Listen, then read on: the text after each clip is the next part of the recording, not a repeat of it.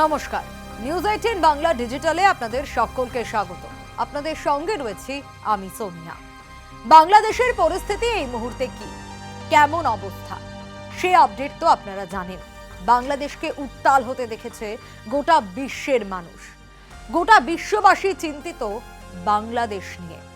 আমরা প্রত্যেকটা সময় প্রতিনিয়ত বাংলাদেশের পরিস্থিতি উত্তাল হওয়ার পর থেকে আজ অবধি সব আপডেট প্রত্যেক দিন আপনাদের সামনে তুলে ধরেছি। বাংলাদেশের উত্তাল পরিস্থিতি তৈরি হওয়া দেখেছে মানুষ। মানুষ দেখেছে সেই উত্তাল পরিস্থিতি থেকে হাসিনা সরকারের পতন। বাংলাদেশ ছেড়ে কার্যত পালিয়ে যেতে হয় শেখ হাসিনাকে। সঙ্গে ছিলেন তার বোন শেখ রেহানা।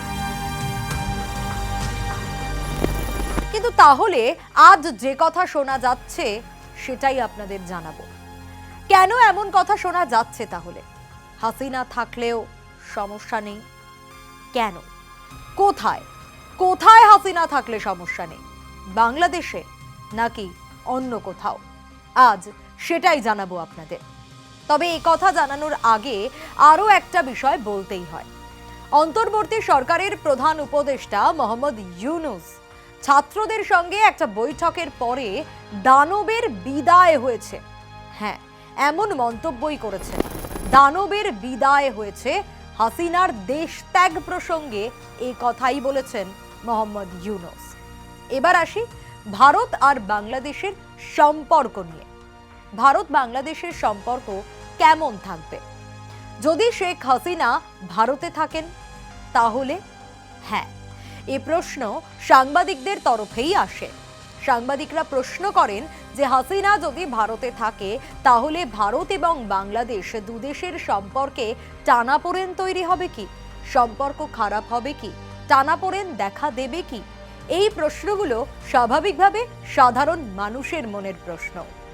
আর এই বৈঠক অর্থাৎ এক বৈঠকে ভারতীয় হাই কমিশনার এবং চীনা রাষ্ট্রদূতের সঙ্গে প্রায় ৬৫ দেশের কূটনীতিকদের বাংলাদেশের যে পরিস্থিতি সেই সম্পর্কে অবগত করেন বাংলাদেশের অন্তর্বর্তী সরকারের বিদেশ সংক্রান্ত উপদেষ্টা তৌহিদ হোসেন। কি বলা হয় তৌহিদের তরফ থেকে?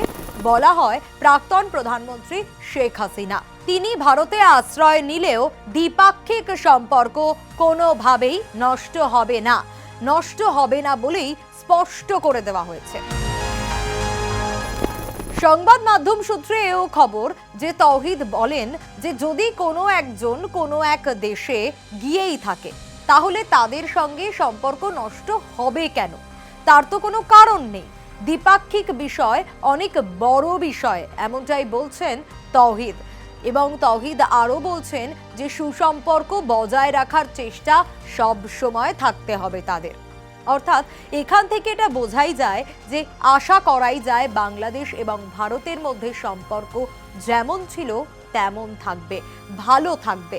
কিন্তু ভবিষ্যৎ বলবে বাকি কথা। ভবিষ্যৎ বলবে শেখ হাসিনা কোথায় যাবেন, ভবিষ্যৎ বলবে এরপর শেখ হাসিনা কোথায় থাকবেন। বাকিটা তো ভবিষ্যতের ওপর।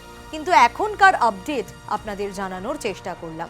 শুধু এই আপডেট নয়, অন্যান্য সব খবরের প্রত্যেকটা আপডেটের জন্য আপনাদের নজর রাখতে হবে নিউজ 18 বাংলা ডিজিটালে।